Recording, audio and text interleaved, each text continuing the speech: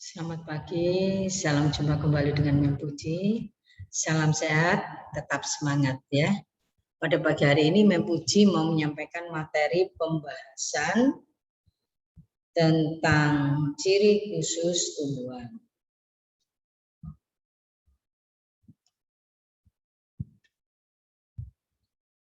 Kegunaan ciri khusus tumbuhan, yaitu pertama untuk mencari makan, kedua untuk beradaptasi, dan ketiga melindungi diri. Adaptasi adalah cara bagaimana organisme mengatasi tekanan lingkungan sekitarnya untuk bertahan hidup. Adaptasi makhluk hidup terbagi menjadi 3 jenis, yaitu morfologi, fisiologi, dan tingkah laku. Tujuan makhluk hidup beradaptasi antara lain yaitu 1. Untuk memperoleh air, untuk memperoleh udara, untuk mencari nutrisi. Yang kedua, untuk mengatasi kondisi fisik lingkungan seperti suhu, cahaya, dan kelembapan. Yang ketiga, untuk mempertahankan hidup. Dan yang keempat, untuk bereproduksi. Dan kelima, yaitu merespon perubahan yang terjadi di sekitarnya. Kita lanjutkan. Adaptasi tadi sudah ada tiga, yaitu morfologi, fisiologi, dan tingkah laku. Sekarang adaptasi morfologi. Adaptasi morfologi ini adaptasi dengan melakukan perubahan alat tubuh menyesuaikan dengan lingkungannya.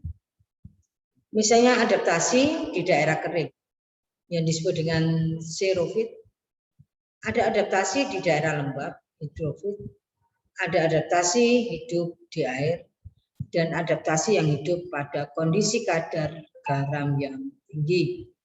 Kalau adaptasi di daerah kering yaitu disebut xerofit, adaptasi di daerah lembab hidrofit, adaptasi di air adalah hidrofit, adaptasi yang hidup pada kondisi kadar garam tinggi adalah halofit. Kita lihat ke sini, itu tumbuhan yang termasuk morfologi pada tumbuhan yang hidup di daerah yang kering yaitu xerofit. Salah satu adalah contohnya kaktus. Kaktus mempunyai ciri-ciri tersendiri, yaitu memiliki daun berbentuk duri, batang tebal, dan memiliki akar yang panjang. Dan juga seluruh permukaan tubuh ini kaktus tertutup oleh lapisan kutikula atau lapisan lilin yang berfungsi untuk mencegah terjadinya penguapan air yang terlalu besar, sehingga ini daunnya berbentuk duri. Nah, ini sangat kecil sekali, jadi mengurangi penguapan dan memiliki batang yang tebal. Dan ada spon, yaitu tujuannya untuk menyimpan air agar tetap bertahan hidup. Sedangkan akar panjang untuk mempermudah mencari air pada jangkauan yang luas, pada jangkauan yang sangat jauh. Sekarang tanaman teratai. Tanaman teratai mempunyai ciri-ciri yaitu daun lebar dan tipis, batang berongga, akar serabut. Disebut tanaman hidrofit, yaitu tanaman yang hidup di air. menyesuaikan diri hidup di air. Memiliki daun lebar dan tipis, batang berongga, akar serabut dengan tujuannya agar tidak tenggelam di air, tetap mengapung di permukaan air, ya. Mengapung.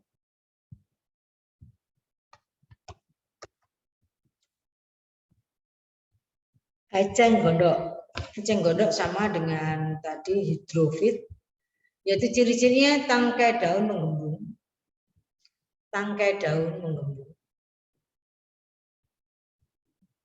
Batang stolon, akar serabut tidak bercabang-cabang. Nah, ini juga akarnya ini juga banyak sekali. Mempunyai rongga juga, ya tujuannya juga agar tidak tenggelam atau tidak terguling masuk ke dalam air. Jadi ini batangnya berongga, akarnya juga kuat, tangkai daunnya menggembung, berisi udara supaya tetap bisa tegak dan tidak bisa tenggelam. Sekarang tumbuhan higrofit. Tumbuhan higrofit adalah tumbuhan yang hidup di habitat lembab. Tumbuhan ini melakukan adaptasi dengan cara berdaun tipis dan lebar untuk memudahkan penguapan dan kelebihan air. Pada ujung daun terdapat hidrotoda. Ya. Contohnya yaitu lumut. Lumut ini biasanya hidup berkoloni, bergerombol. Tumbuhan paku-pakuan. Tumbuhan paku-pakuan.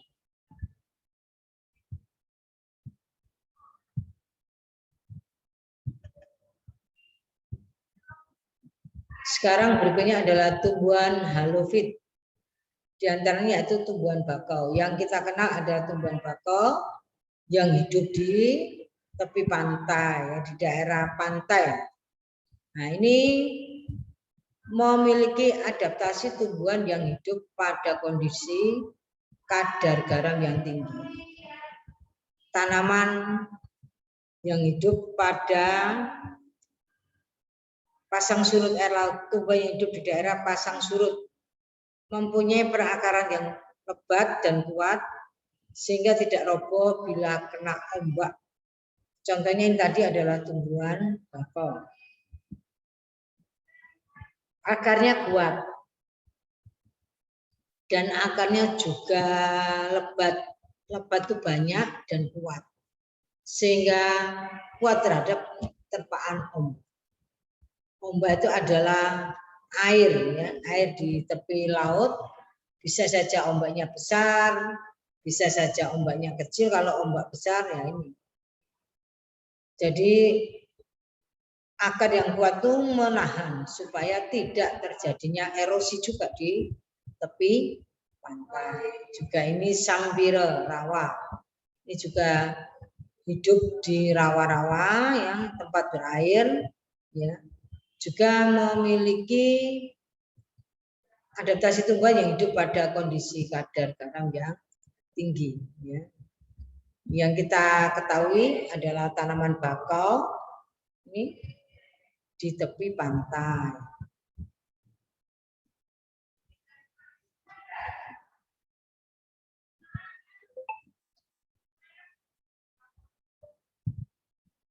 Nah, kita lanjut beberapa jenis adaptasi tingkah laku. Adaptasi tingkah laku adalah adaptasi berupa perubahan perilaku. Adaptasi ini mudah diamati. Di antaranya yaitu beberapa pada tumbuhan seperti di sini, yaitu kita lihat adalah pohon jati, kapuk randu, kapuk atau randu, ya. Nah, ini gambar di sini ada gambar pada waktu pohon randu menggugurkan daunnya. Terlihat bunganya ini, bunga atau buahnya, buahnya ini, buah randu ini, ya. Nah, dua randu di dalamnya ini ada kapas. Nah, kapas itu nanti kalau sudah tua, akhirnya terbuka, akhirnya bisa keluar kapas. Sedangkan ini pohon jati pada gambar ini adalah gambar tumbuhan yang masih belum meranggas. Artinya masih tumbuh dalam musim-musim dingin ya, musim bukan kemarau ya. Nah, nanti kalau pada waktu musim kemarau, secara tidak langsung menggugurkan daunnya. Tujuannya yaitu mengurangi penguapan air, supaya agar tetap bertahan hidup. Ya. Kalau daunnya gugur bukan berarti pohon jati itu atau pohon randu itu mati, namun melakukan adaptasi penyesuaian terhadap lingkungannya dengan menggugurkan daun.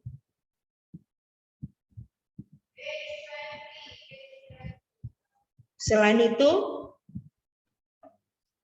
ada pohon mahoni. Nah, ini pohon mahoni gambaran masih belum musim kemarau, sedangkan ini adalah musim kemarau.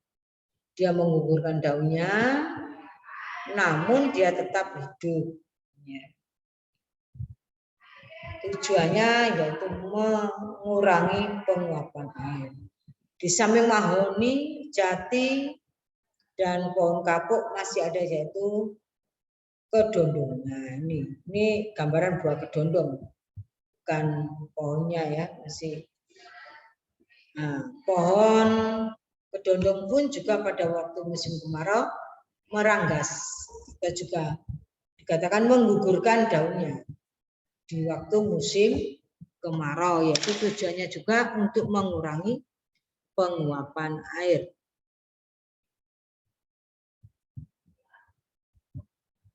Pisang merobekkan daunnya untuk mengurangi hempasan tiupan angin. Ini pisang. Nah, ini juga ada yang sudah menyobek-nyobek. Ini sobek, ini bukan disobek oleh orang, tapi ini sobek dengan alaminya, ya. Nah, ini pohon kering. Ya.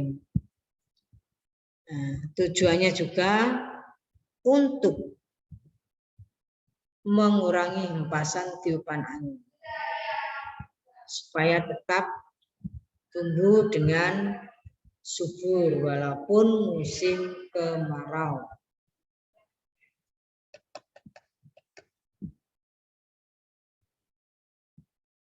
Kita lanjut ke tumbuhan Venus. Nah, kita amati anak-anak tumbuhan Venus seperti ini.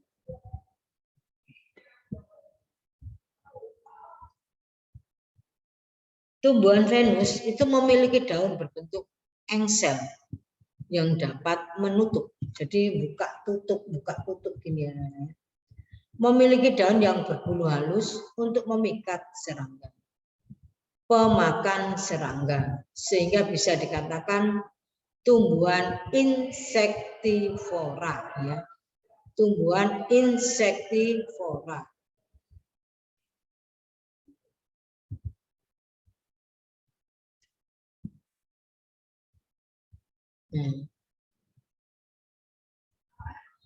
Kita amati bunga di sini. Ini putri malu, sudah ada bunganya ini ya, terlihat. Terus batangnya warnanya merah jika muda, daun pekah terhadap sentuhan.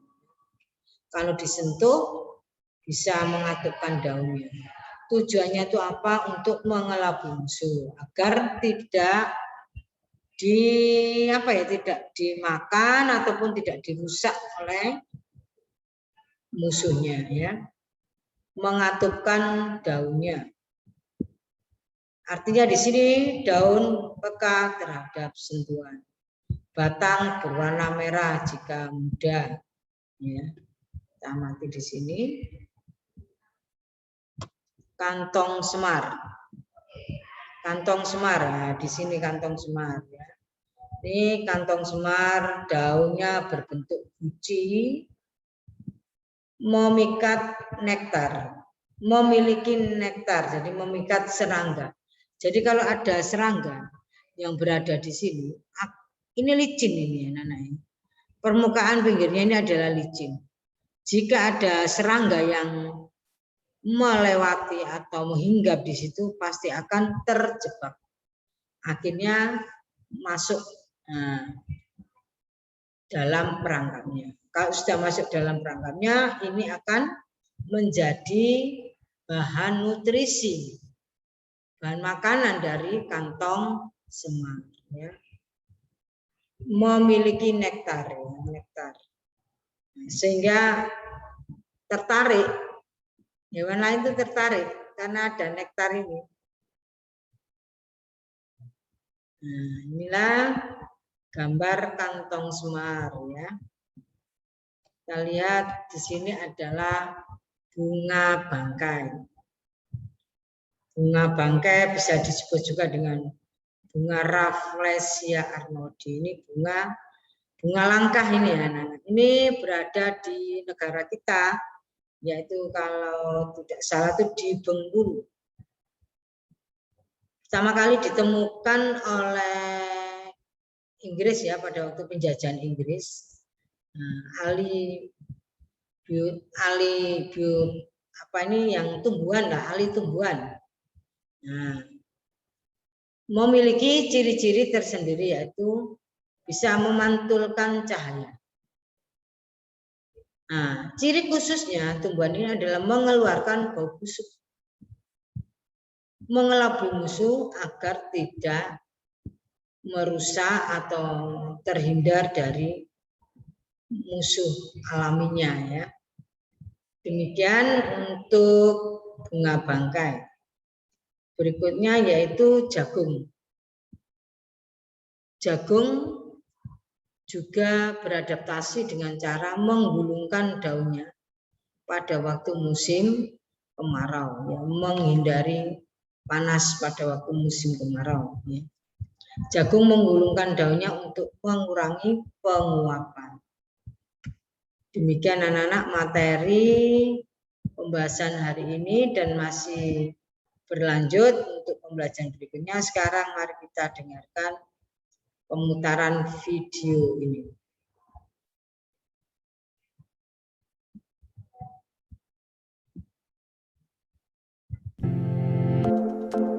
Selamat datang di media edukasi video kami, Sumayasa Dum Edukasi.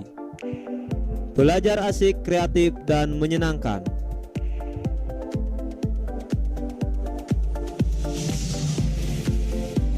Pada video kali ini kita akan belajar bersama tentang materi tematik kelas 6 tema 2 subtema 2 ciri khusus beberapa tumbuhan. Burung beo burung belibis, buah naga dimakan ulat. Tonton videonya sampai habis, semoga bermanfaat. Mari sama-sama kita dukung channel ini, klik subscribe, like, dan share agar channel ini memberikan manfaat dan hiburan untuk semua orang. Namun sebelum lanjut, mari kita berdoa sejenak agar apa yang kita bahas pada kesempatan ini memberikan manfaat untuk kita bersama. Setiap tumbuhan memiliki ciri khusus yang berbeda-beda. Berikut ini beberapa ciri khusus tumbuhan. Kantong semar. Kantong semar merupakan tumbuhan pemakan serangga atau insektivora. Bagian dalam kantong semar mengandung enzim pencernaan yang berguna untuk mencerna serangga. Bagian yang berbentuk seperti kantong merupakan daun yang termodifikasi menjadi kantong atau corong. Teratai. Teratai memiliki daun yang lebar dan tipis. Hal ini bertujuan untuk mempercepat penguapan dan mengapung di permukaan air. Akar yang tertanam kuat di dasar air berfungsi menjaga letak tumbuhan agar tidak mudah terbawa arus. Teratai memiliki permukaan daun yang diselimuti lapisan lilin. Hal ini bertujuan agar daun tetap kering jika terkena air. Venus. Venus juga merupakan tumbuhan insektivora. Daun tumbuhan Venus berbentuk seperti dua tangkup dan memiliki rambut sensor yang berfungsi untuk menerima rangsangan jika ada mangsa yang hinggap di daunnya. Drosera. Drosera hidup di lingkungan yang kering dan miskin hara. Tumbuhan Drosera mendapat asupan makanan dari serangga yang terperangkap oleh gumpalan zat perekat yang dihasilkannya. Putri malu. Daun putri malu jika disentuh akan mengatup.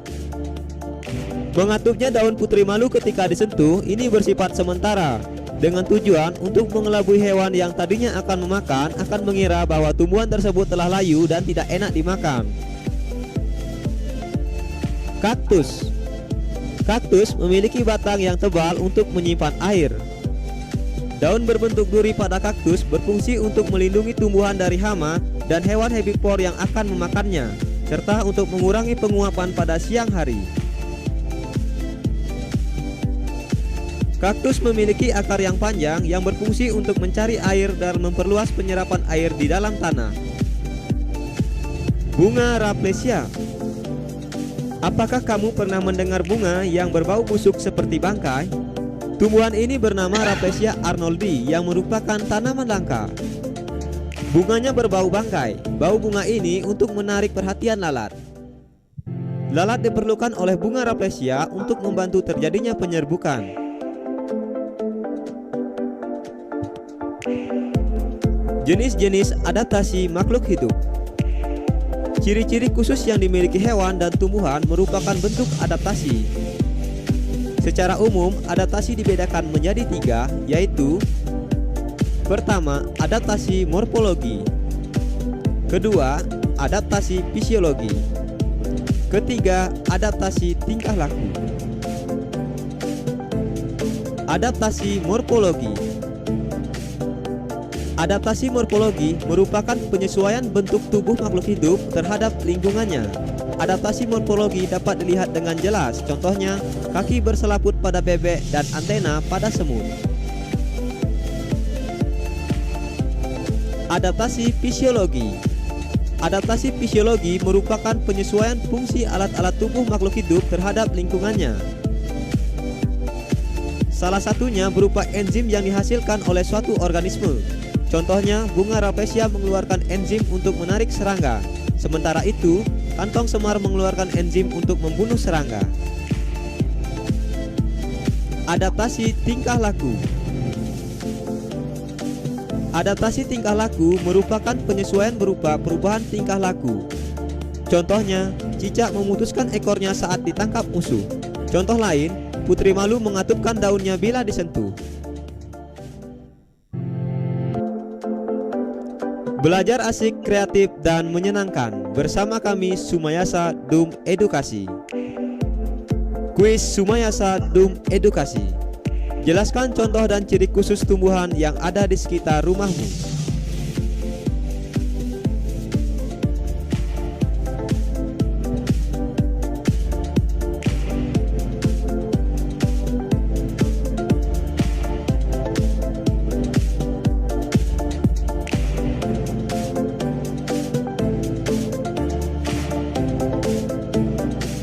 Tulis jawaban di kolom komentar.